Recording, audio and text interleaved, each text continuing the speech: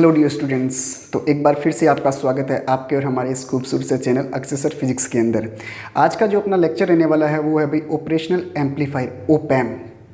क्या होता है इसका सिद्धांत, प्रिंसिपल, कैसे ये वर्क करता है और ये क्या काम आता है भाई। ठीक है, कंप्लीट चर्चा करेंगे अपन इस लेक्चर के अंदर। तो विदाउट वेस्ट योर टाइम चलिए स्टार्ट करते हैं। तो कॉपी और पेन निकाल लीजिए और नोट्स बनाना स्टार्ट कीजिए। और जो बहुत ही आलसी लोग हैं वो हमारे टेलीग्राम चैनल के ऊपर जाके इस लेक्चर के PDF नोट्स डाउनलोड कर सकते हैं। टेलीग्राम का लिंक मैं आपको इस लेक्चर के डिस्क्रिप्शन में दे दूंगा भाई। ठीक है, तो चलिए शुरू करते हैं।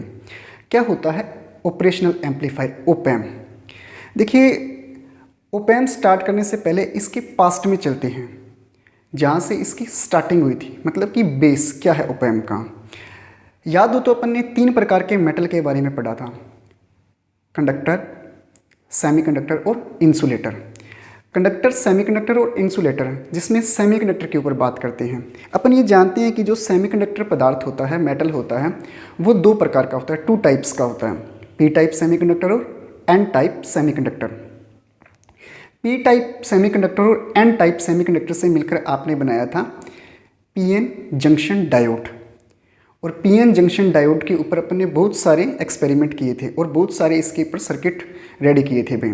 ठीक है, जिसके अंदर रेक्टिफायर आता है, बहुत सारे हैं जो क्या करता है AC को DC में कन्वर्ट करता है। ठीक है, उसके बाद में अपन ने क्या किया था, 2 PN जंक्शन डायोड से मिलकर बनाया था एक ट्रांजिस्टर, मतलब कि 2 PN जंक्शन को जोड़ दिया था एक विशेष प्रकार की विधि से। 2 PN जंक्शन डायोड को जोड़ के आपने निर्माण किया था एक ट्रांजिस्टर का। और जो ट्रांजिस्टर होता है वो 2 टाइप का होता है भी, PNP ट्रांजिस्टर और NPN ट्रांजिस्टर। जो PNP ट्रांजिस्टर होता है या NPN ट्रांजिस्टर होता है उसके 3 टर्मिनल होते हैं भाई। ठीक है, जो एक बार रिपीट कर देता हूँ, 2 टाइप के होते हैं, PNP या इसमें क्या आ जाएगा NPN। PN संधि, PN और NP को मिक्स करके आप बनाते हो PNPN। ठीक है, और NP और PN को मिक्स करके आप क्या बनाते हो, NPN बनाते हो। ठीक है, और जो ट्रांजिस्टर होता है वो उसके 3 टर्मिनल होते हैं भी। फर्स्ट होता है एमिटर, बीच का होता है बेस टर्मिनल और साइड का होता है कलेक्टर।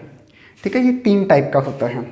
और ट्रांजिस्टर के बाद में अपन ने ट्रांजिस्टर के ऊपर जो एक्सपेरिमेंट किया था, उस एक्सपेरिमेंट पे अपन ने एक यूज़ ये किया था कि transistor as a work on amplifier, मतलब कि ट्रांजिस्टर को आप सिग्नल को एम्पलीफाई करने के लिए भी क्या करते हैं, यूज़ करते हैं।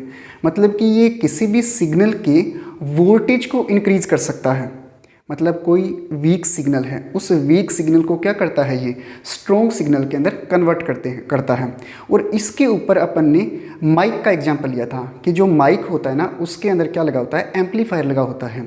माइक अपनी वॉइस को लेता है और उसको कन्वर्ट करके स्ट्रॉन्ग सिग्नल के अंदर मतलब कि देता है। नेक्स्ट सुनना, देखो जैसे मान लो कि ये ट्रांजिस्टर है, इसका यूज़ अपन कर रहे हैं एज ए एम्पलीफायर के लिए। ठीक है, एम्पलीफायर के 2 इनपुट टर्मिनल होते हैं भाई और एक होता है आउटपुट।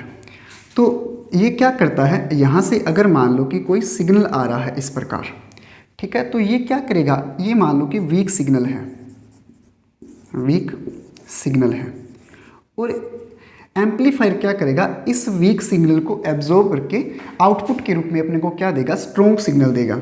और ये स्ट्रॉन्ग सिग्नल इसके एम्पलीट्यूड को इंक्रीज करके देता है, इसके एम्पलीट्यूड को इंक्रीज करके दे सकता है।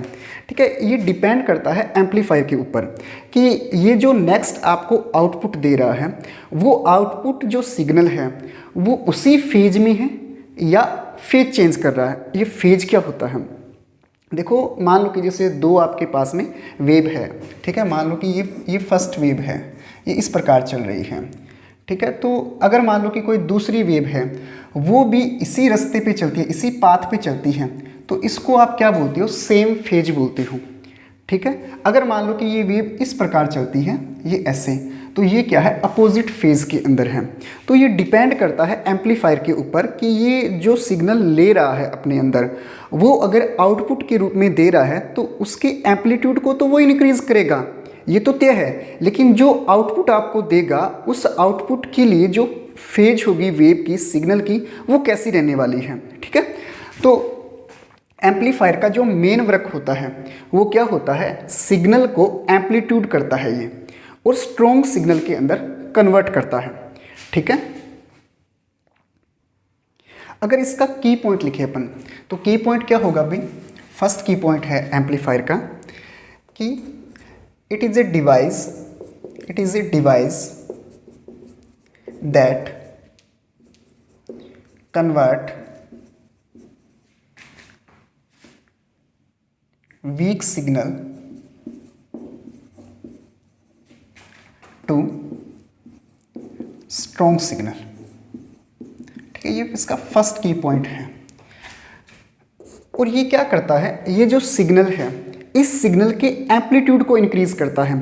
तो एक प्रकार से जो एम्पलीफायर होता है, जो ओपैम की बात कर रहे हैं, ऑपरेशनल एम्पलीफायर। ठीक है, ये ऑपरेशनल एम्पलीफायर का काम ट्रांजिस्टर से मिलकर बना था। ठीक है, ये एम्पलीफायर है, लेकिन इसको ऑपरेशनल एम्पलीफायर क्यों कहते हैं, इसके बारे में भी अपन चर्चा करेंगे। ठीक है, तो इसका जो दूसरा की पॉइंट है वो क्या है कि ये सिग्नल के जो सिग्नल आ रहा है उसके एम्पलीट्यूड को इंक्रीज करता है। तो ये एक प्रकार से हाई गेन क्या है, एम्पलीफायर है। ठीक है, तो दूसरा की पॉइंट है आपका ओपैम इज ए, ठीक है, ये इसका शॉर्ट फॉर्म है, ओपैम is a high gain amplifier and amplify the signal को एम्पलीफाई करता है। थर्ड की पॉइंट है एम्पलीफायर के दो इनपुट होते हैं और एक क्या होता है, आउटपुट। तो थर्ड की पॉइंट है it consist to input and one output. It consist to input and one output. अब सुनना भाई, देखो जो एम्पलीफायर होता है वो सिग्नल को एम्पलीफाई करता है। ठीक है, ये तो समझ में आता है, ये अपन ने 12th क्लास के अंदर भी पढ़ चुके हैं कि हाँ ट्रांजिस्टर एज ए वर्क करता है एम्पलीफायर। तो ओपैम क्या होता है, ऑपरेशनल एम्पलीफायर क्या होता है। देखिए स्टूडेंट, जैसे अपन ने लॉजिक गेट्स के बारे में पढ़ा था, जो लॉजिक गेट्स होता है वो क्या करता है, जैसे बुलियन व्यंजक होते हैं ना, उसको क्या करता है, इम्प्लीमेंट करता है। मतलब कि जो लॉजिक गेट्स पढ़े थे ना अपन ने कि एंड गेट होता है, और गेट होता है, नोट गेट होता है, इन सारे के सारे मतलब कि गेट्स के बारे में पढ़ा था। और ये जो लॉजिक गेट्स होते हैं ये क्या करते हैं, बुलियन व्यंजक होते हैं, जो 1 0 0 1, इनको आप क्या करते थे, मतलब कि जैसे और गेट है, और गेट क्या करता है, दो सिग्नल्स को ऐड करता है। वहाँ पे भी आपने दो इनपुट के बारे में पढ़ा था, याद आ रहा है ऐसा कुछ। और गेट्स के अंदर क्या हो रहे थे, दो इनपुट सिग्नल थे और इनपुट सिग्नल क्या हो रहे थे, ऐड हो रहे थे। आपने जो फाइनल रिजल्ट निकाला था वो था y = a + b। वैसे ही आपने एंड गेट के बारे में पढ़ा, तो एंड गेट के अंदर भी क्या होता है, दो इनपुट होते हैं और एक आउटपुट होता है। और एंड गेट के अंदर आपने जो रिजल्टेंट निकाला था, जो आउटपुट ले रहे थे, वो क्या कर रहे थे, सिग्नल को मल्टीप्लाई कर रहे थे। मतलब जो और गेट होता है, जो गेट होते हैं वो बुलियन व्यंजक को क्या करते हैं, इंप्लीमेंट करते हैं।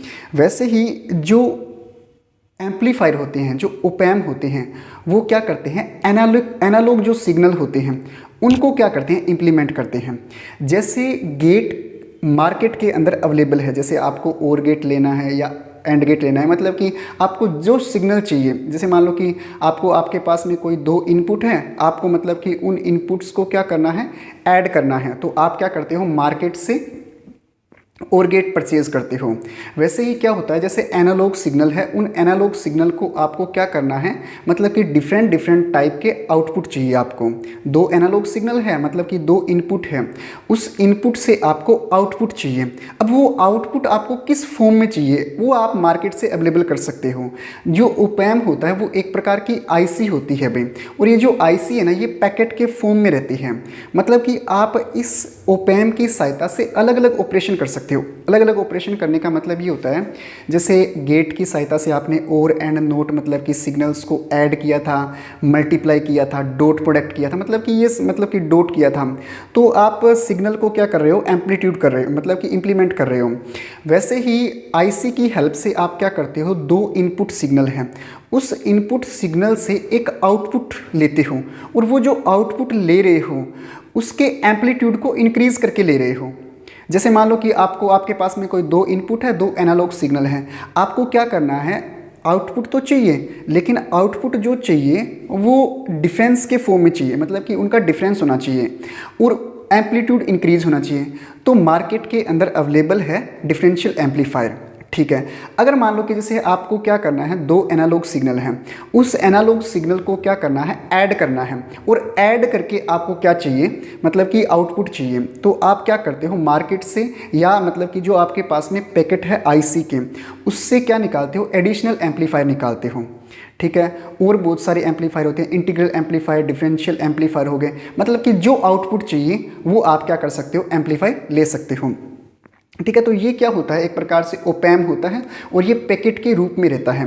जैसे लॉजिक गेट्स होते हैं वो क्या करते हैं, बुलियन व्यंजक को इम्प्लीमेंट करते हैं, वैसे ही जो एम्पलीफायर होते हैं, ओपैम होता है, वो क्या करता है, एनालॉग सिग्नल को इम्प्लीमेंट करता है, ठीक है। दोनों ही सिमिलर होते हैं एक दूसरे के, वो भी मार्केट में अवेलेबल है, ये भी मार्केट में अवेलेबल है, ठीक है। और ये डिफरेंट टाइप की आईसी होती है जो पैकेट्स के रूप में अवेलेबल रहते हैं। और अगर आप इसके सिंबल की बात करते हो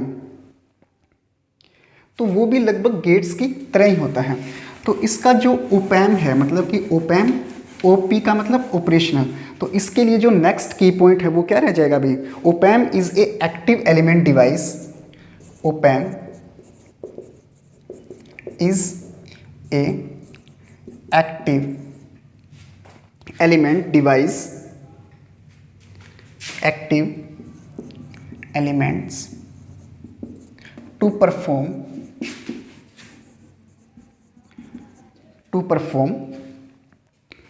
मैथमेटिकल ऑपरेशन, मतलब कि आपको कौन सा मतलब चाहिए, जैसे आउटपुट की फॉर्म में डिफरेंस चाहिए या एडिशन चाहिए, मतलब कि आप अलग अलग इससे क्या कर सकते हो, ऑपरेशन कर सकते हो। तो क्या होता है, mathematical operation like to perform mathematical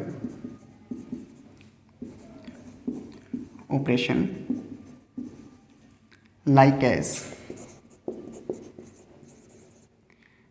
addition, differentiate चाहिए, डिफरेंशिएट चाहिए, मल्टीपल चाहिए, मल्टीपल हो गया, और इंटीग्रल हो गया, integration, differentiation,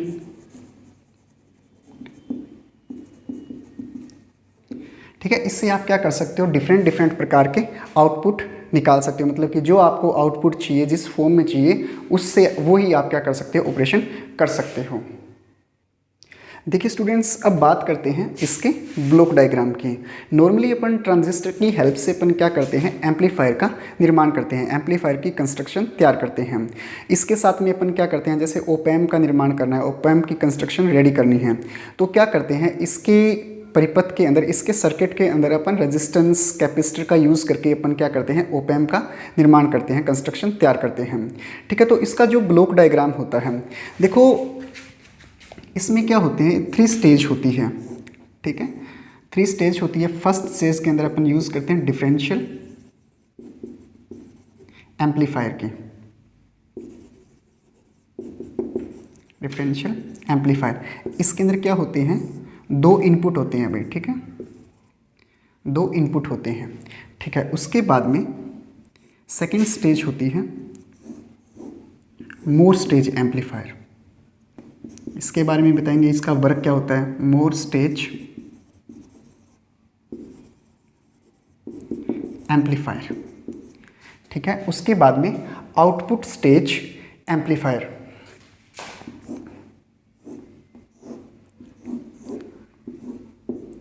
output stage amplifier, ठीक है। कोई भी सिग्नल इन 3 स्टेज से क्या होता है, पास आउट होता है। और अपने को लास्ट के अंदर जो फाइनल रिजल्ट मिलता है, आउटपुट, और जो सेकंड सिग्नल है उसको क्या कर दिया जाता है, ग्राउंडिंग कर दी जाती है। ठीक है, सुनना भी देखो। जैसे मान लें कि कोई अपने पास में सिग्नल है, ठीक है, कोई 2 सिग्नल है, एनालॉग सिग्नल, और अपने को क्या चाहिए, आउटपुट की फॉर्म में चाहिए। तो अपन क्या करते हैं, उसको आईसी, जो ओपैम की आईसी है, उससे पास आउट करवाते हैं। तो फर्स्ट जो स्टेज होती है डिफरेंशियल एम्पलीफायर की, ये डिफरेंशियल एम्पलीफायर क्या करता है भाई, इसका जो वोल्टेज गेन है, मतलब कि ये क्या करेगा, अपने को वोल्टेज गेन देगा। मीन्स ये क्या करेगा, अपने को प्रोवाइडेड वोल्टेज गेन कैसे देगा। ये जो डिफरेंशियल एम्पलीफायर होता है, इसका जो इनपुट रेजिस्टेंस लिया जाता है वो क्या लिया जाता है भाई, इनफाइनाइट लिया जाता है। अगर रेजिस्टेंस इनफाइनाइट होता है तो जो वोल्टेज गेन होती है वो भी क्या होती है भाई, ज़्यादा होती है। तो एक आइडियल क्या होता है, इसके बारे में अपन चर्चा करेंगे। ठीक है, एक आइडियल एम्पलीफायर के लिए जो इनपुट रेजिस्टेंस होता है, वो कितना होता है, इनफाइनाइट लिया जाता है भाई। ठीक है, इनपुट रेजिस्टेंस इनफाइनाइट लिया जाता है। ठीक है, उसके बाद में जो सिग्नल होता है वो नेक्स्ट स्टेज पे जाता है। पहले 2 इनपुट हैं और इनपुट कहाँ गए, डिफरेंशियल एम्पलीफायर के पास। जब ये सिग्नल इसके पास जाते हैं तो ये क्या करता है, इनके रास्ते के अंदर, इसके पाथ के अंदर इनफाइनाइट रेजिस्टेंस लगा देता है। इनफाइनाइट रेजिस्टेंस लगाने से क्या होता है, जो मैक्सिमम वोल्टेज गेन होगा वो अपने को यहाँ पे मिल जाएगा। अगर मान लो कि थोड़ा बहुत भी वोल्टेज गेन रह जाता है तो ये क्या करता है, जो मोर स्टेज एम्पलीफायर होता है वो क्या करता है, इसके वोल्टेज गेन को इंक्रीज करता है। मतलब इंक्रीज वोल्टेज गेन, इंक्रीज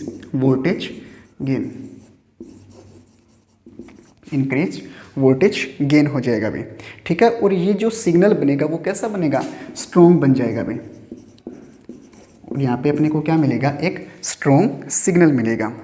ठीक है, उसके बाद में जो आउटपुट स्टेज एम्पलीफायर होता है, ये क्या करता है, यहाँ से जो सिग्नल जाता है यहाँ पे लगा होता है भाई आपका एक डीसी लेवल शिफ्टर होता है भाई। ठीक है, यहाँ पर आउटपुट के रूप में आपको लगा होता है एक पावर एम्पलीफायर है, ये है पावर एम्पलीफायर, और इसके लिए यहाँ पे लगा होता है एक डीसी लेवल शिफ्टर। अभी ये क्या होता है सर, बताते हैं भाई, सुनना देखो। जैसे मान लो कि आपके पास में एक कैपेसिटर है, कैपेसिटर क्या करता है, जैसे एसी को पास आउट नहीं होने देता है, मतलब कि एसी के रास्ते में क्या लगा देता है, ये इनफाइनाइट रेजिस्टेंस लगा देता है। ठीक है, तो इनफाइनाइट रेजिस्टेंस लगाएगा नहीं, जो कैपेसिटर होता है वो डीसी को पास आउट नहीं होने देता। क्यों नहीं होने देता, क्योंकि डीसी की फ्रीक्वेंसी 0 होती है। डीसी की फ्रीक्वेंसी 0 होती है, क्यों, क्योंकि जो एक कैपेसिटर होता है, कैपेसिटर के लिए जो उसका रेजिस्टेंस होता है वो होता है XC, और XC इज इक्वल टू आप लिखते हो 1/ओमेगा C, और XC इज इक्वल टू होता है 1/ओमेगा को आप क्या लिखते हो, एंगुलर फ्रीक्वेंसी, और यहाँ से ओमेगा इज इक्वल टू आप लिखते हो 2πf इंटू C। तो अगर मान लो कि यहाँ से DC पास आउट होगी और DC की जो फ्रीक्वेंसी होती है वो कितनी होती है, इनफाइनाइट होती है। ये DC की जो फ्रीक्वेंसी होती है वो 0 होती है। यहाँ पे अगर आप 0 पुट करोगे तो ये जो 1/0 है वो कितना हो जाएगा, इनफाइनाइट हो जाएगा। मतलब अगर कोई DC किसी कैपेसिटर से पास आउट होती है तो जो कैपेसिटर होता है वो उसके रास्ते में क्या करता है, अनंत रेजिस्टेंस लगा देता है, जिससे DC पास आउट नहीं हो सकती। ठीक है, वैसे ही क्या होता है, यहाँ पर एक डीसी लेवल शिफ्टर लगा देते हैं। ये डीसी लेवल शिफ्टर है ना, इसका जो काम होता है, ये इसके सिग्नल को क्या करता है, मतलब कि जैसे यहाँ से कोई सिग्नल आ रहा है तो ये सिग्नल जब इस आउटपुट स्टेज की ओर पहुंचेगा तो ये क्या करेगा, इसकी बाइसिंग डिस्टर्ब करेगा। बाइसिंग डिस्टर्ब करने का मतलब ये होता है कि देखो, जब ट्रांजिस्टर को आप यूज़ करते हो एज ए एम्पलीफायर की फॉर्म में, तो ट्रांजिस्टर तभी वर्क करता है, मतलब कि आपने क्या किया, कोई आउटपुट मतलब कि एक्सटर्नल पावर सप्लाई दी। ठीक है, जब आप ट्रांजिस्टर को एक्सटर्नल पावर सप्लाई दोगे तो ट्रांजिस्टर सिर्फ एक ही केस में वर्क करता है, और वो होता है EFC आर्किटेक्ट के अकॉर्डिंग। मतलब कि EF क्या होता है, emitter should be forward bias, मतलब कि जो ट्रांजिस्टर आप ले रहे हो उसका जो एमिटर टर्मिनल होता है वो एमिटर टर्मिनल हमेशा फॉरवर्ड में ही होना चाहिए। फॉरवर्ड का मतलब पॉजिटिव सिरा बैटरी के पॉजिटिव सिरे से और नेगेटिव सिरा बैटरी के नेगेटिव सिरे से, ठीक है। और जो कलेक्टर होता है यानी कि CR collector should be in reverse bias, मतलब कि कलेक्टर जो टर्मिनल होता है वो रिवर्स फॉर्म में होना चाहिए। मतलब कि कलेक्टर का जो टर्मिनल है नेगेटिव पॉजिटिव से और पॉजिटिव नेगेटिव से, तभी क्या करता है एक ट्रांजिस्टर वर्क करता है, मतलब कि वो एक्टिव मोड में होता है। तो एम्पलीफायर भी किससे मिलकर बना है, ट्रांजिस्टर से मिलकर बना है। तो इसकी जो बाइसिंग है वो क्या होती है, EF/CR होती है, emitter should be in forward and collector should be in reverse bias, ठीक है। तो यहाँ पर क्या होता है जब ये सिग्नल इससे पास आउट होता है तो ये क्या करता है इसकी बाइसिंग को डिस्टर्ब करता है। बाइसिंग अगर डिस्टर्ब होगी तो क्या होगा, ट्रांजिस्टर वर्क नहीं करेगा, क्योंकि ट्रांजिस्टर इसी केस के लिए वर्क करता है। तो सिग्नल पास आउट होगा तो बाइसिंग डिस्टर्ब होगी, मतलब कि ये इसके मोड को चेंज करेगा। तो मोड चेंज न करें इसके लिए लगा होता है DC लेवल शिफ्टर, मतलब कि जैसे कैपेसिटर जो होता है वो क्या करता है DC को ब्लॉक करता है और AC को पास आउट होने देता है। वैसे ही जब यहाँ से सिग्नल पास आउट होगा तो ये बाइसिंग डिस्टर्ब न हो तो वो बाइसिंग को क्या कर देगा, ब्लॉक कर देगा। तो बाइसिंग को जब ब्लॉक करेगा ये DC लेवल शिफ्टर, तो ब्लॉक करने पे जो सिग्नल आ रहा है उसको वो क्या कर देगा, आउटपुट की फॉर्म में अपने को दे देगा भाई, ठीक है। तो इसके लिए क्या करते हैं DC लेवल शिफ्टर लगा होता है भाई। तो ये था भाई इसका ब्लॉक डायग्राम वर्किंग, ठीक है। तो इसके आप एक बार अगर नोट्स बनाना चाहो तो बना सकते हो भाई, ठीक है। इसके बाद में अपन बात करते हैं इसके सिंबल के बारे में, क्या होता है इसका सिंबल। इरेज कर दूं 1 2 3, ठीक है भाई।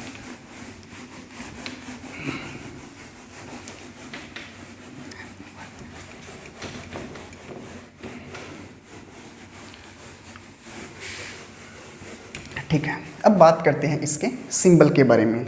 स्टार्टिंग में मैंने आपको बताया था इसका सिंबल भी लगभग लॉजिक गेट्स की तरह ही होता है।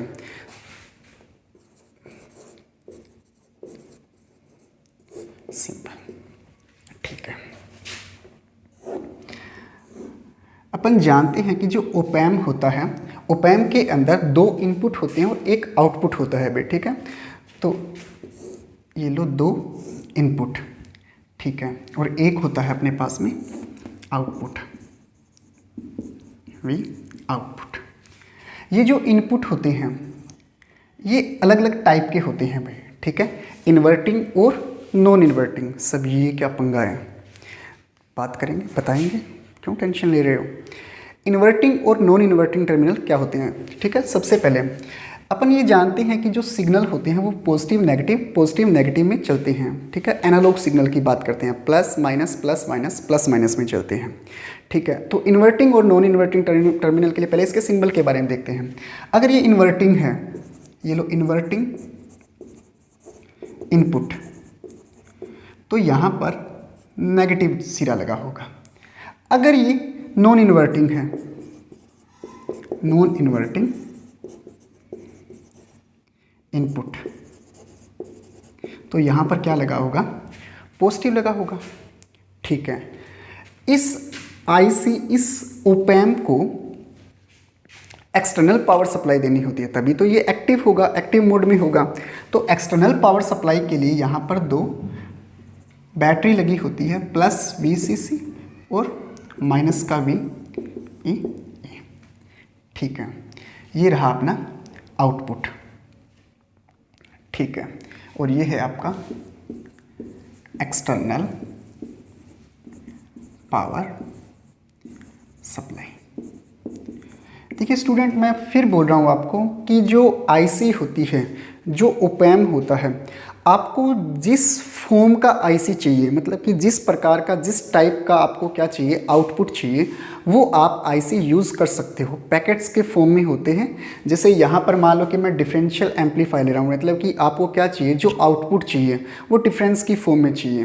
तो ये इन्वर्टिंग टर्मिनल है, ये नॉन इन्वर्टिंग टर्मिनल है, और ये जो V आउटपुट मिला, तो आउटपुट मिला ना, तो आप इसको कैसे लिख सकते हो। जैसे मान लो कि आउटपुट है, ये देखो V आउटपुट, ये क्या करता है, सिग्नल को एम्पलीट्यूड करता है, मतलब कि सिग्नल को एम्पलीफाई करता है, वीक सिग्नल्स को कन्वर्ट करता है स्ट्रॉन्ग सिग्नल की फॉर्म में। तो वीक सिग्नल जब स्ट्रॉन्ग सिग्नल की फॉर्म में कन्वर्ट होगा तो क्या होगा, उसका वोल्टेज गेन हाई होगा, मतलब कि वोल्टेज को वो इंक्रीज करेगा।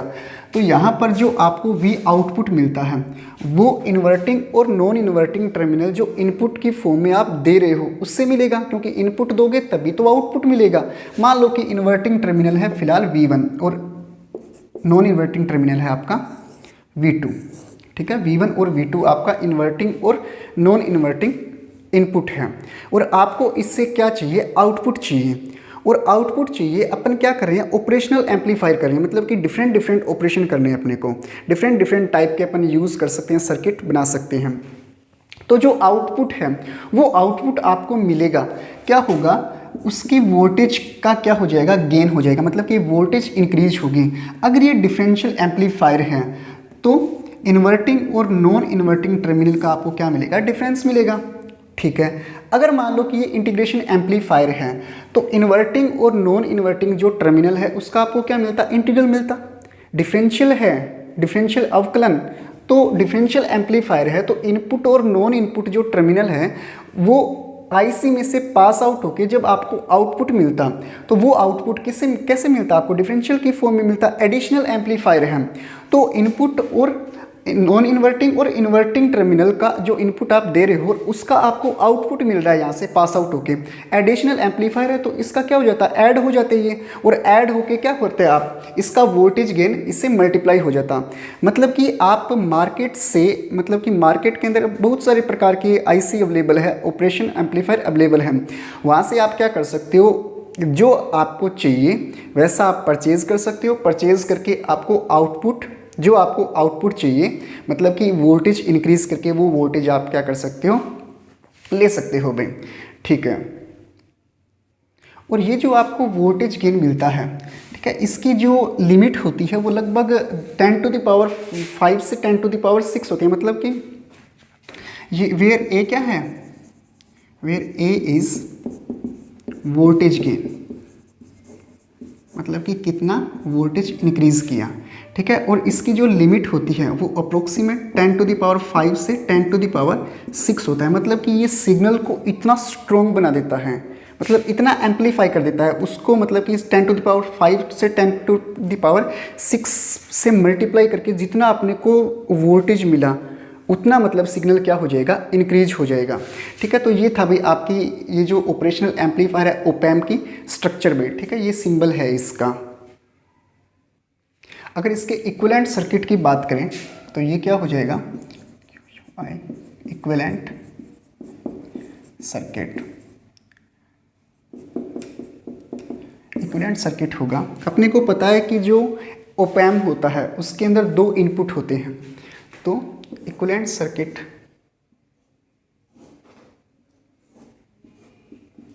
ये लो दो इनपुट, इन्वर्टिंग और नॉन इन्वर्टिंग हो सकते हैं।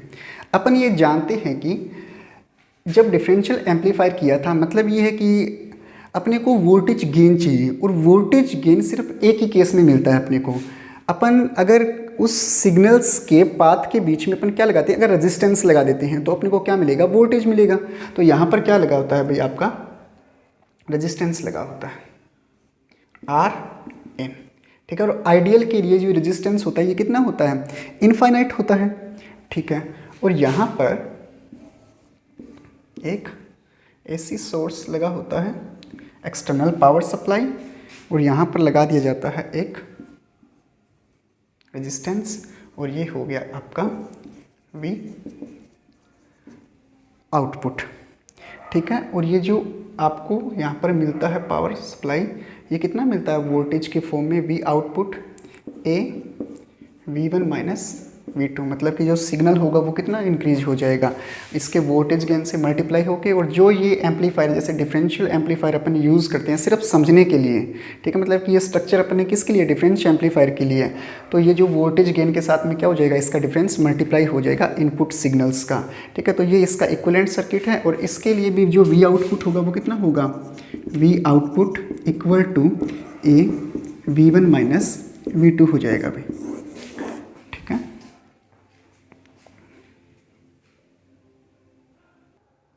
अब बात करते हैं जो आप इनपुट सिग्नल्स की फॉर्म में जो मतलब एनालॉग सिग्नल दे रहे हो, जैसे आपने बोला कि इन्वर्टिंग क्या होता है, नॉन इन्वर्टिंग क्या होता है, ठीक है।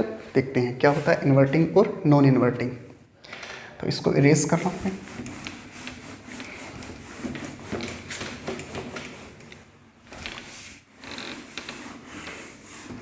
सबसे पहले बात करते हैं नॉन इन्वर्टिंग एम्पलीफायर।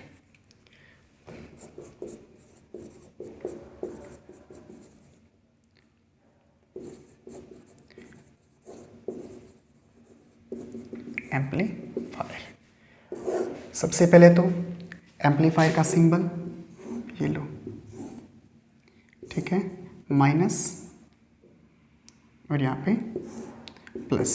ये प्लस माइनस आप ऊपर नीचे भी कर सकते हो, ठीक है, ये आप पर डिपेंड करता है कि आप इसको किस फॉर्म में ले रहे हो।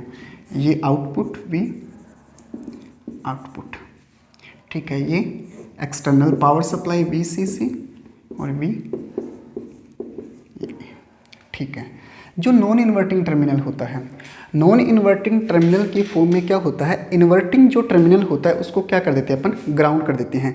इन्वर्टिंग टर्मिनल को ग्राउंड कर देते हैं। तो ग्राउंड करने के बाद में जो आपके पास में एम्पलीफायर मिलता है वो एम्पलीफायर कैसा होता है भाई, आपका नॉन इन्वर्टिंग होता है। Means amplifier in inverting terminals are grounded. Inverting terminal को क्या कर दो, ग्राउंड। और इन्वर्टिंग टर्मिनल होता कौन सा है भाई, जो नेगेटिव सिरा होता है। तो ये जो नेगेटिव सिरा है इसको क्या कर दो, ग्राउंड कर दो। और पॉजिटिव सिरे के साथ में क्या दे दो, आप वोल्टेज दे दो। मतलब कि आपको सिग्नल चाहिए, आउटपुट में कोई सिग्नल चाहिए जिसमें से एक जो सिग्नल है अगर नॉन इन्वर्टिंग है तो इन्वर्टिंग को क्या करो, ग्राउंड कर दो। आउटपुट की फॉर्म में जो दे रहे हो, जैसे देखो कि ये माइनस है, माइनस क्या होता है, इन्वर्टिंग होता है, और प्लस क्या होता है, नॉन इन्वर्टिंग होता है। और मैंने आपको ये बोला है कि माइनस और प्लस में से आप इसको ऊपर नीचे भी कर सकते हो। तो इसको आप प्लस मान लो, इसको मान लो माइनस। अगर ये माइनस है तो ये कैसा है, नॉन इन्वर्ट, ये इन्वर्टिंग, ये है इन्वर्टिंग, और ये कैसा है, नॉन इन्वर्टिंग, ठीक है। इन्वर्टिंग टर्मिनल को क्या करो, ग्राउंड करो। Inverting terminals are grounded. तो ये लो, ये हो गया ग्राउंडेड, ठीक है। और जो नॉन इन्वर्टिंग है उसको वोल्टेज दे दो। मान लो कि वोल्टेज दे रहे हो आप V, तो V वोल्टेज दे रहे हो और इन्वर्टिंग टर्मिनल हो गया ग्राउंड। ग्राउंड होने का मतलब कितना हो गया, ये 0 हो गया। तो ये अगर 0 हो गया, और अपन ये जानते हैं कि जो IC होती है ओप एम्प की, वो क्या करती है, अपने को आउटपुट की फॉर्म में, V आउटपुट की फॉर्म में A V1 माइनस V2 देता है। सही है, ठीक है।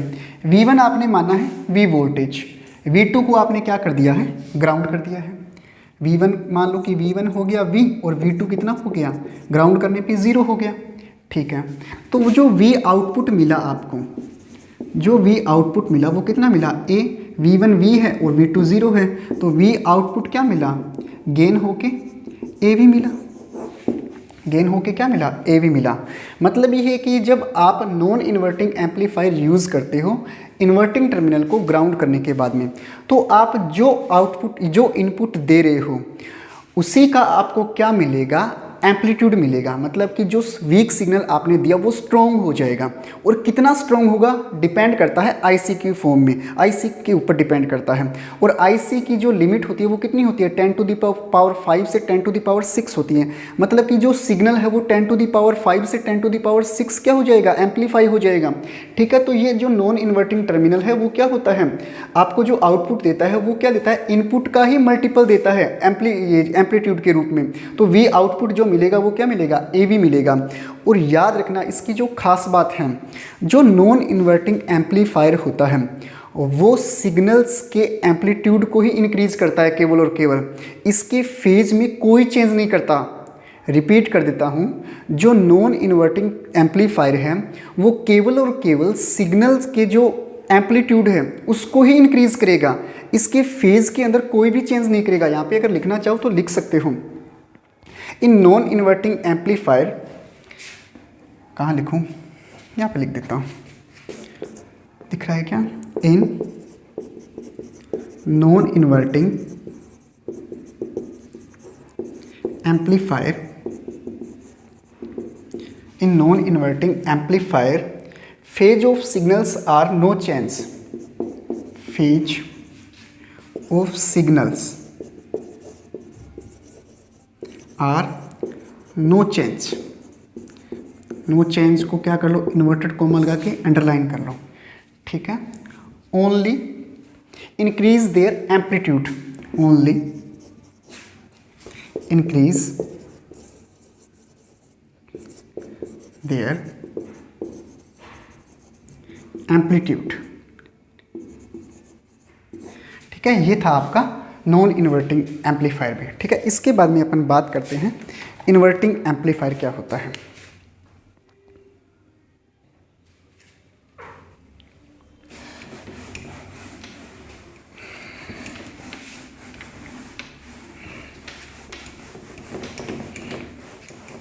इन्वर्टिंग एम्पलीफायर,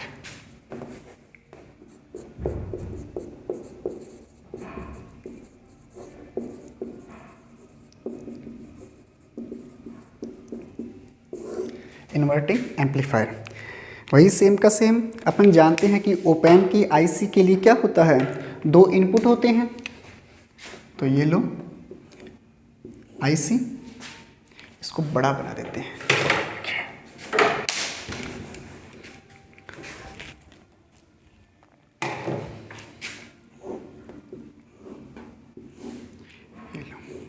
दो इनपुट टर्मिनल्स और एक अपने के पास में क्या मिलता है, आउटपुट मिलता है, ठीक है। इन्वर्टिंग टर्मिनल है, मतलब कि अब की बार क्या होगा, नॉन इन्वर्टिंग है वो क्या हो जाएगा, ग्राउंड हो जाएगा, ठीक है। जो नॉन इन्वर्टिंग अगर ग्राउंड होता है, और नॉन इन्वर्टिंग क्या होता है, जो प्लस टर्मिनल होता है वही होता है। तो ये लो प्लस, यहाँ पे माइनस, अपने हेल्प फायदे के लिए, अपने बेनिफिट के लिए या नीचे लगा देते हैं, ठीक है, ग्राउंड करना ईजी रहता है, ठीक है। तो प्लस ये क्या है, नॉन इन्वर्टिंग है, नॉन इन्वर्टिंग, ठीक है। और नॉन इन्वर्टिंग क्या हो जाएगा, ग्राउंड हो जाएगा, ठीक है। और इन्वर्टिंग के लिए आप इसको क्या दोगे, वोल्टेज दोगे, ठीक है। अब की बार क्या होगा, V2 है, V2 को आपने क्या दी V, और V1 को कितना दिया, ग्राउंड किया, तो V1 कितना हो जाएगा, 0 हो जाएगा, ठीक है। और यहाँ पर आप क्या करते हो, एक्सटर्नल पावर सप्लाई लगाते हो, प्लस VCC और माइनस का VEE, ठीक है। और आउटपुट में आपको क्या मिलता है, V आउटपुट, ठीक है। ये क्या होता है भाई, इन्वर्टिंग एम्पलीफायर का सर्किट है। मींस इसको आप कैसे लिखोगे, if non inverting terminals are grounded, if non inverting terminals are grounded, मतलब कि नॉन इन्वर्टिंग जो इनपुट है उसको आप क्या कर दो, ग्राउंड कर दो। ग्राउंड करोगे तो जो आपके पास में एम्पलीफायर होगा वो क्या होगा, इन्वर्टिंग होगा, ठीक है। आउटपुट के लिए इसको अगर आप निकालोगे तो क्या होता है, आउटपुट V आउटपुट के लिए आप लिखते हो A V1 minus V2। V1 0 है क्योंकि V1 नॉन इन्वर्टिंग ग्राउंड किया है, V2 कितना मान रखा है आपने, V मान रखा है, ठीक है। तो यहाँ से आपको जो V आउटपुट मिलेगा, V आउटपुट वो कितना होगा, A V1 0 है और V2 कितना है, V है। तो V आउटपुट के लिए आपके पास में जो सिग्नल आएगा वो सिग्नल होगा कैसा, माइनस का AV, माइनस का AV, मतलब कि सिग्नल का एम्पलीट्यूड तो इंक्रीज हुआ, लेकिन अब की बार जो सिग्नल है उसका फेज चेंज हो गया है भाई। रिपीट कर देता हूँ, नॉन जो इन्वर्टिंग टर्मिनल होता है, इन्वर्टिंग टर्मिनल के लिए अपन क्या करते हैं, इसके नॉन इन्वर्टिंग टर्मिनल को क्या करते हैं, ग्राउंड कर देते हैं। तो ये जो सर्किट तैयार होता है ये किसका सर्किट होता है भाई, इन्वर्टिंग टर्मिनल का होता है, ठीक है। और अपन ये जानते हैं कि अगर आप ओप एम्प की आईसी को इनपुट देते हो तो इनपुट से वो आउटपुट देता है, और वो जो आउटपुट होता है वो क्या करता है, उसके वोल्टेज को गेन करता है, मतलब कि उसकी वोल्टेज को वो इंक्रीज़ करके देता है। और कितना देता है, 10 टू द पावर 5 से 10 टू द पावर 6 की फॉर्म में, ठीक है। तो आईसी क्या करेगा, इनपुट लेगा, इनपुट लेके आउटपुट देगा, मतलब कि सिग्नल जो वीक है उसको स्ट्रॉन्ग तो करेगा, लेकिन अब की बार क्या हो गया, अब की बार सिग्नल है ना जो, वो सिग्नल फेज में चेंज हो गया, मतलब कि उसका फेज चेंज हो गया। कैसे सुनो, देखो यहाँ पे करते हैं इसको, ये एम्पलीफायर है, एम्पलीफायर, यहाँ से आपने कोई सिग्नल दिया, कोई सिग्नल दिया, ये मान लो कि एक बार नॉन इन्वर्टिंग है पहले वाला, उसके लिए भी बता देते हैं, नॉन इन्वर्टिंग है, ठीक है। नॉन इन्वर्टिंग एम्पलीफायर जो फर्स्ट पहले करवाया था, नॉन इन्वर्टिंग एम्पलीफायर है, उसको आपने कोई सिग्नल दिया, तो ये सिग्नल क्या होगा, इंक्रीज होगा, मतलब कि वोल्टेज गेन करेगा और इंक्रीज हो जाएगा, एम्पलीट्यूड इंक्रीज होगा, लेकिन इसके फेज में चेंज नहीं होगा। मतलब ये जो सिग्नल है ये ऐसा तो था, ये तो पास्ट सिग्नल है ये वाला, और एम्पलीफायर क्या करेगा, इसके एम्पलीट्यूड को इंक्रीज करेगा, मतलब ये सिग्नल ऐसे स्ट्रॉन्ग हो जाएगा अब की बार, ठीक है। एम्पलीट्यूड को इंक्रीज, या फेज सेम है, यहाँ पे सेम है, मतलब सेम जगह मिल रहे हैं, तो इसका फेज चेंज नहीं होगा। अगर आप इन्वर्टिंग एम्पलीफायर की बात करते हो, ये है एम्पलीफायर, कौन सा है, इन्वर्टिंग, तो अगर आप इन्वर्टिंग एम्पलीफायर को कोई सिग्नल देते हो, ये लो मान लो कि कोई सिग्नल दिया, ठीक है, तो ये सिग्नल एम्पलीफायर में से पास आउट होके, इन्वर्टिंग एम्पलीफायर में से पास आउट होके क्या होगा, ये तो है आपका पास्ट सिग्नल, ये वाला पास्ट सिग्नल, एम्पलीफायर में से पास आउट होके जो सिग्नल बनेगा इंक्रीज होके, एम्पलीट्यूड को इंक्रीज करके, वो सिग्नल बनेगा कैसा, फेज को चेंज करेगा, फेज को चेंज करके अपने एम्पलीट्यूड में क्या करेगा, इंक्रीज करेगा, यानी कि अपने एम्पलीट्यूड को इंक्रीज करेगा, मतलब कि एम्पलीट्यूड को तो बढ़ाएगा, लेकिन अब की बार इसका फेज क्या हो गया, चेंज। फेज चेंज मतलब ऐसा था, हुआ कैसा, ऐसा हो गया, लेकिन इसके एम्पलीट्यूड में क्या हो गया, चेंज हो गया। तो इन्वर्टिंग टर्मिनल की आपके क्या लिखोगे, in inverting amplifier signals are in inverting terminals, in inverting terminals में भी terminals signals are change, terminals signal are change their phase and increase their amplitude, मतलब अपने एम्पलीट्यूड को भी इंक्रीज करेगा और अपने फेज को भी क्या करेगा, ये इंक्रीज करेगा। तो ये था भाई आपका इन्वर्टिंग और नॉन इन्वर्टिंग एम्पलीफायर, ठीक है। अब बात करते हैं अपन इसकी कुछ डेफिनेशन के बारे में, मतलब कि ये जो आईसी होता है इसके अंदर जो करंट फ्लो होता है वो करंट कौन सा होता है, ठीक है। वो जो करंट होता है वो मिक्स होके, मतलब कि अपने को जो आउटपुट देगा वो किस फॉर्म में होगा और कैसे होगा, ठीक है। इसकी छोटी छोटी डेफिनेशन होती है जो एग्जाम के पॉइंट ऑफ व्यू से इम्पोर्टेंट है भाई।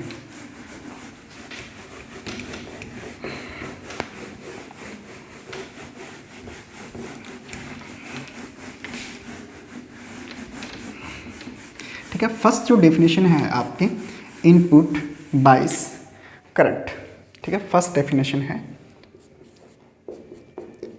इनपुट बाइस करंट। सुनना भाई, ये आपका ओप एम्प का आईसी है, ठीक है। ये इन्वर्टिंग मान लो, ये नॉन इन्वर्टिंग, ठीक है। इन्वर्टिंग है मीन्स ये माइनस है, नॉन इन्वर्टिंग है मीन्स ये प्लस है। ये यहाँ पे मिलता है भी आउटपुट, ठीक है।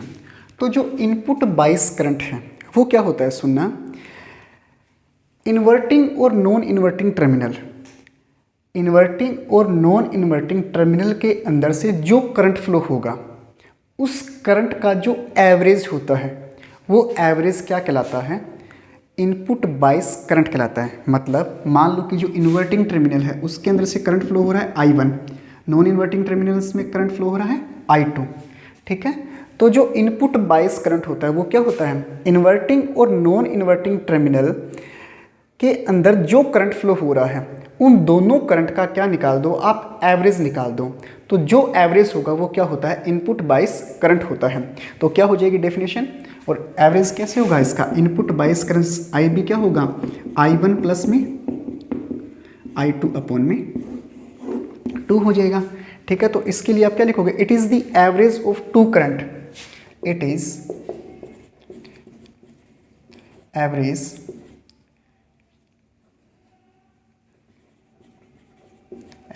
of two current which flow in inverting and non-inverting and non-inverting terminal of op-amp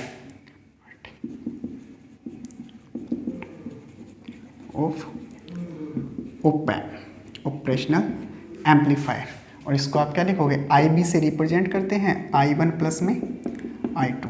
ठीक है, ये इसकी क्या है, फर्स्ट डेफिनेशन है भाई। सेकेंड डेफिनेशन है भाई आपकी इनपुट ऑफसेट करंट। इनपुट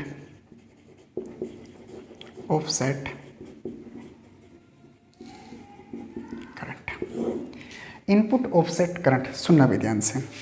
देखो, अपन ये जानते हैं कि इन्वर्टिंग और नॉन इन्वर्टिंग टर्मिनल में से सिग्नल फ्लो होता है या करंट फ्लो हो रहा है।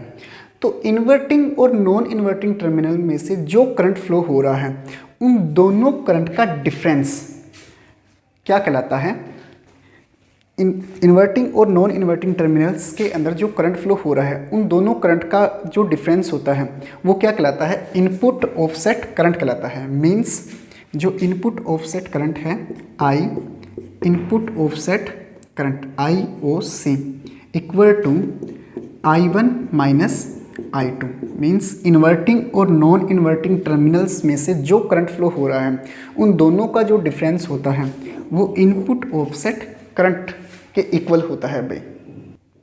थर्ड जो आपकी डेफिनेशन है वो है भाई इनपुट ऑफसेट वोल्टेज।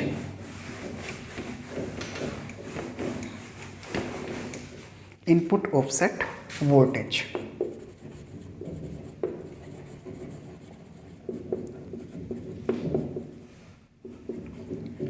समझना भी इसको, ठीक है, that is important.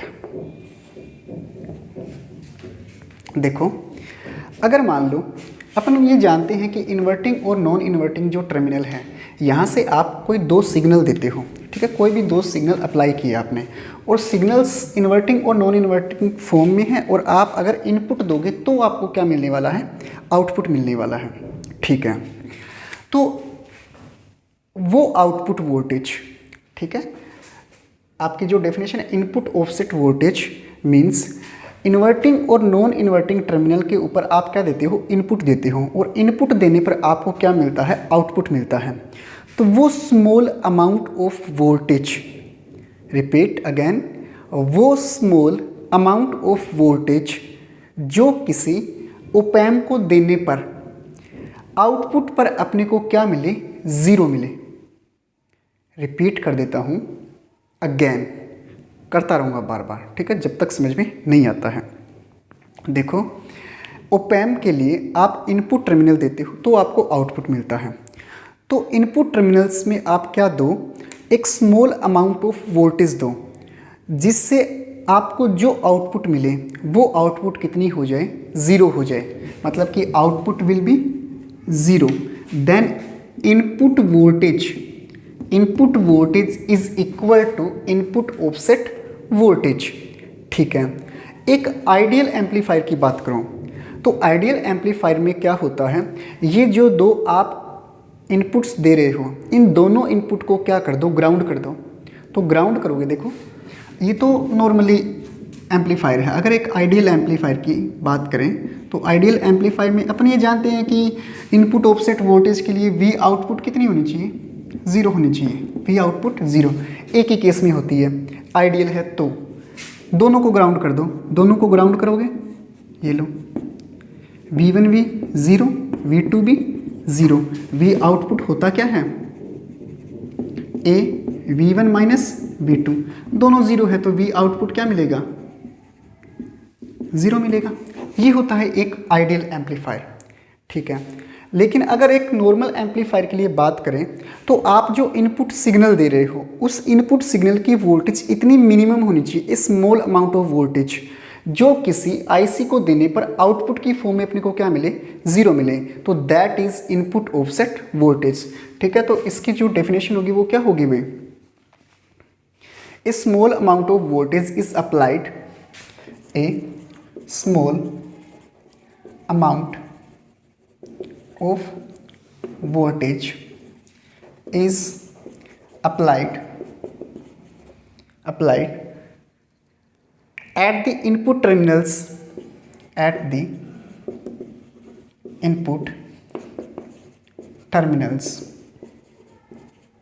to make output voltage zero is zero, then this input voltage is called,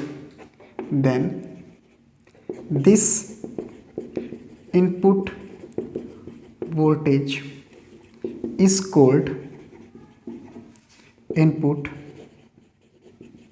offset voltage। Next है आपका आउटपुट ऑफसेट वोल्टेज।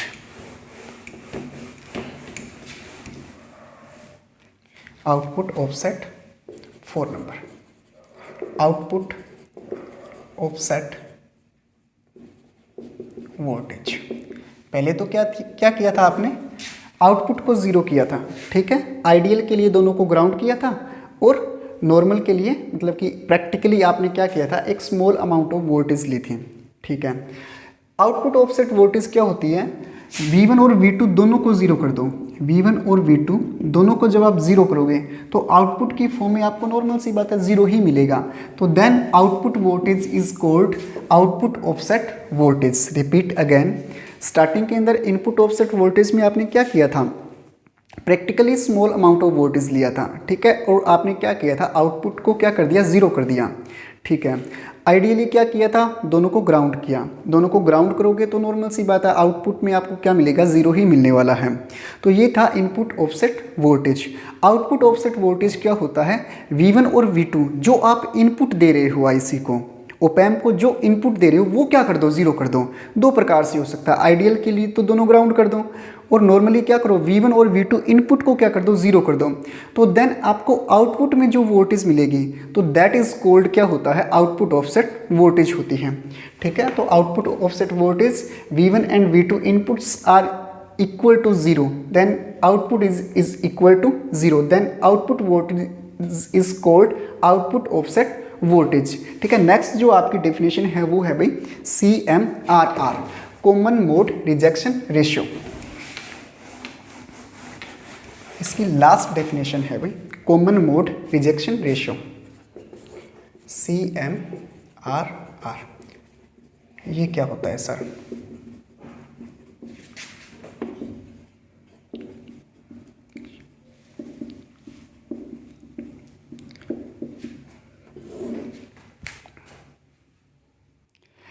ये ओपैम्प के लिए वो रेशियो होता है भाई, मतलब कि जैसे आपने कोई सिग्नल्स दिया है आईसी को, तो आपको आउटपुट में कुछ वोल्टेज मिली है और आपने स्टार्टिंग के लिए मैंने आपको ये बताया था कि सिर्फ मानना है अपने को कि जो आप ओपैम्प यूज़ कर रहे हो वो डिफरेंशियल एम्पलीफायर है, तो आपको जो आउटपुट में वोल्टेज मिलेगी, जो वोल्टेज गेन मिलेगा, तो डिफरेंशियल मोड वोल्टेज गेन का कॉमन मोड वोल्टेज गेन के साथ में जो रेशियो होता है वो क्या कहलाता है, कॉमन मोड रिजेक्शन रेशियो कहलाता है। मींस CMRR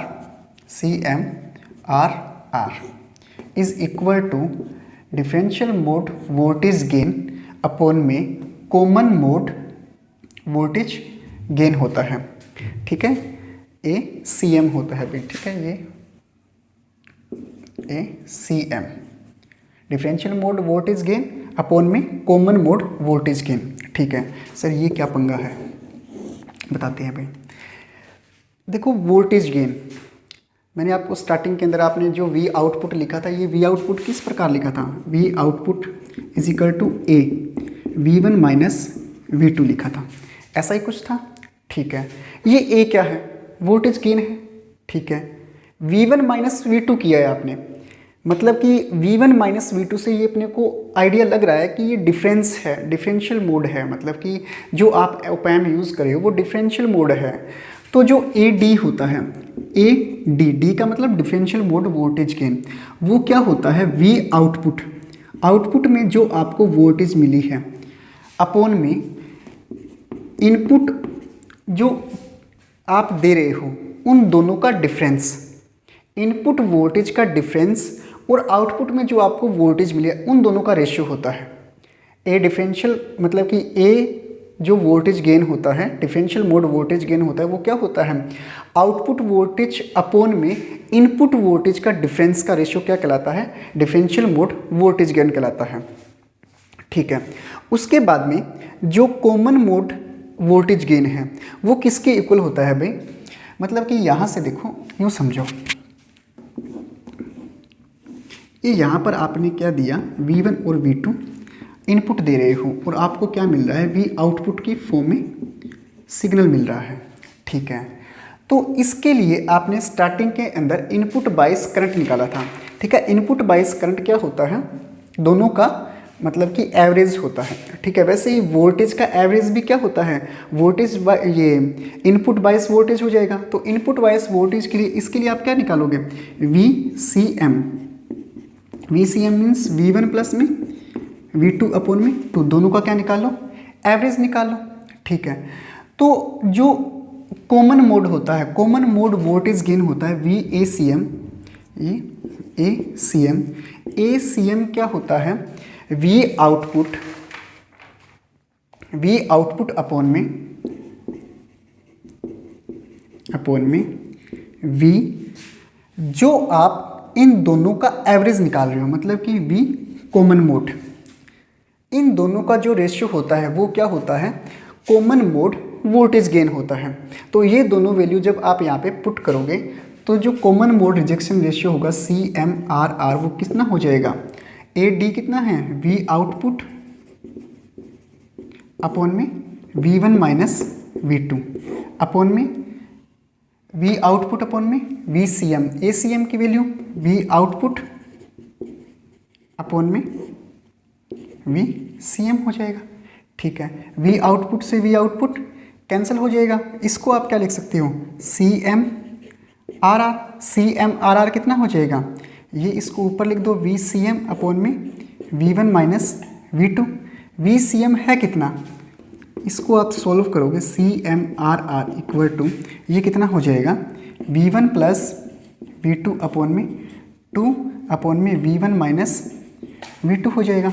और ये CMRR कितना हो जाएगा, यहाँ से इसको सोल्व करोगे तो ये CMRR equal to V1 plus V2 upon में 2 V1 माइनस V2।